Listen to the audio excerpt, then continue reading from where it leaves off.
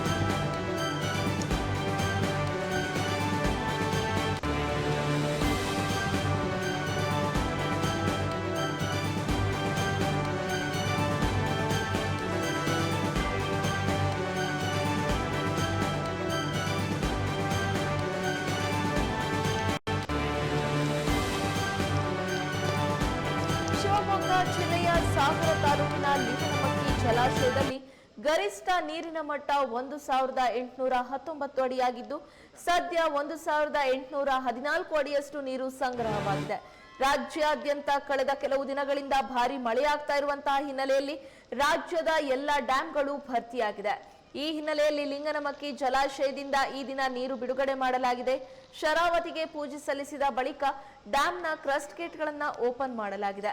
ನೀರಿನ ಒಳಹರಿವು 53,061 ಕ್ಯೂಸೆಕ್ ಇದ್ದು ನೀರಿನ ಹೊರಹರಿವು 15,236 ಕ್ಯೂಸೆಕ್ ಇದೆ. ಕಳೆದ ವರ್ಷ ಮಲೆನಾಡು ಭಾಗದಲ್ಲಿ ಮಳೆಯ ಕೊರತೆಯಿಂದ ಕರ್ನಾಟಕದಲ್ಲಿ ಅತಿ ಹೆಚ್ಚು ನೀರು ಸಂಗ್ರಹಿಸಬಲ್ಲ ಲಿಂಗನಮಕ್ಕಿ ಜಲಾಶಯ ತುಂಬಿರಲಿಲ್ಲ. ಈ ಬಾರಿ ಉತ್ತಮ ಮಳೆಯಿಂದ ಜಲಾಶಯ ಭರ್ತಿಯಾಗಿದೆ. ನಾಡಿಗೆ ಬೆಳಕು ನೀಡುವ ಯೋಜನೆ ಇದಾಗಿದ್ದು ಈ ಬಾರಿ ಜುಲೈ ತಿಂಗಳಿನಲ್ಲಿಯೇ ಜಲಾಶಯ ಭರ್ತಿಯಾಗಿದ್ದು ಈ ಬಾರಿ ರಾಜ್ಯದ ಜನರು ನೆಮ್ಮದಿಯ ನಿಟ್ಟುಸಿರು ಬಿಡುವಂತಾಗಿದೆ. ಕ್ರಸ್ಟ್ ಗೇಟ್ಗಳ ಮುಖಾಂತರ ನದಿಗೆ ನೀರು ಹರಿಸಲಾಗುತ್ತಿದೆ.